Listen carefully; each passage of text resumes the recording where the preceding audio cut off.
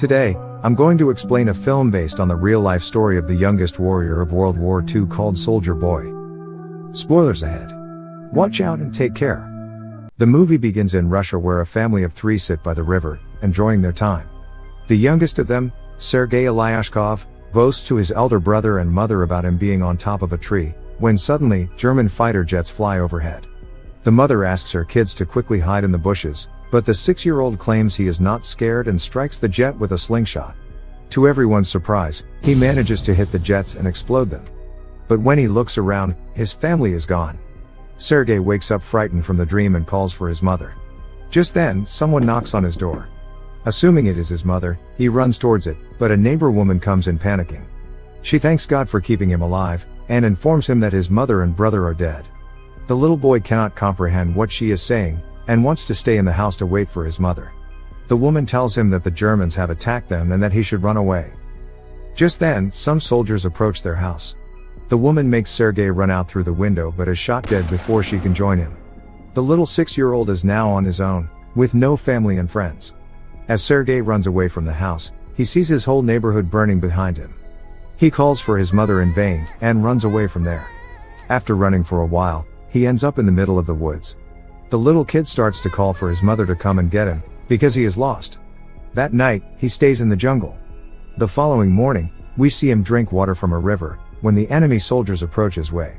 Sergei, knowing that they are dangerous, quickly hides inside a tree's roots. He is startled when a snake comes nearby, but doesn't utter a word or run away. Sergei is more scared of the soldiers than of the snake. The soldiers eat by the river and go away, after which Sergei takes their leftover food and devours it for the night. However, by the end of the day, the little boy is exhausted. He hasn't had a proper meal in 2 days and has been walking with no destination. He falls down as he limps but doesn't stop walking. While on his way, he sees wild berries and devours them, but just then, an explosion occurs behind him, taking him by surprise. The boy gets dizzy and starts to hallucinate someone coming behind him. However, even in such conditions, he stands brave and tells the person he has a rifle and is not scared. He limps forward but falls unconscious after a while. While he is asleep, 2 soldiers approach him. The scene cuts to the Russian army base where Commander Kuznetsov waits for his patrol soldiers. They come in with the little kid who is injured and weak. When the soldiers claim they are on his side, the little boy opens up and introduces himself. The soldiers laugh when the kid shakes his hand with the commander, suggesting he introduce himself too.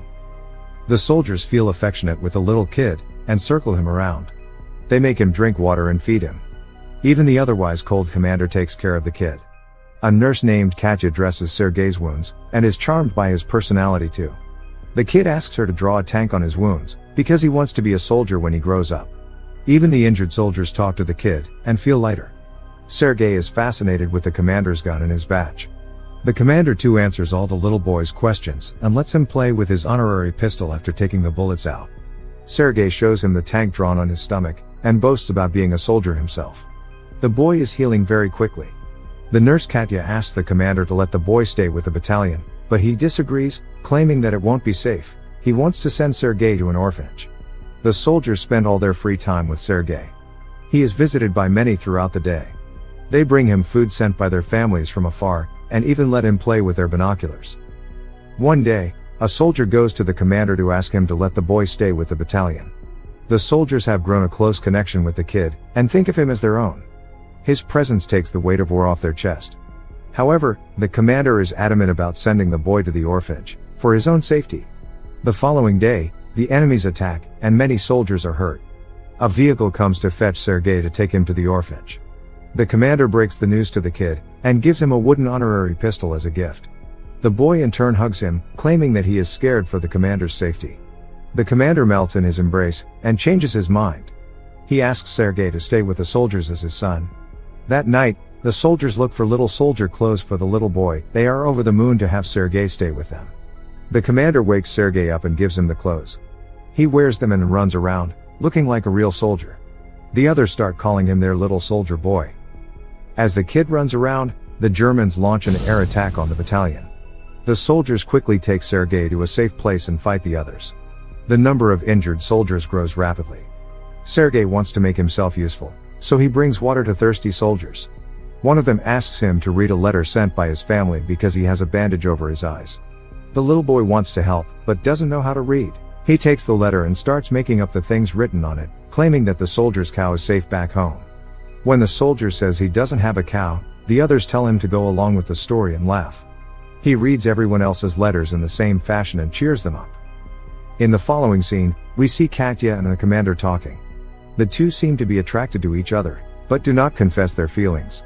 Later, Sergei tells the commander that he is of the orderly position in the battalion and starts introducing himself as one. However, the boy then sees one of the soldiers' station destroyed from the attack. The commander teaches him to take his hat off to pay respect to the dead soldier. The next day, he insists the commander give him a mission and is given a task to distribute the letters among the soldiers. He completes his task efficiently and even makes the soldiers dance for him. The following day, Sergei goes a little far from the base with his binoculars. As he is playing with it, he sees someone's leg moving from inside a haystack. He rushes back to the battalion and tells the soldiers about his findings. The soldiers are skeptical, but go with the boy anyway. When they reach near the haystack, they are alerted to see two German spies hiding underneath. The spies are arrested, and the kid is praised for his intelligence.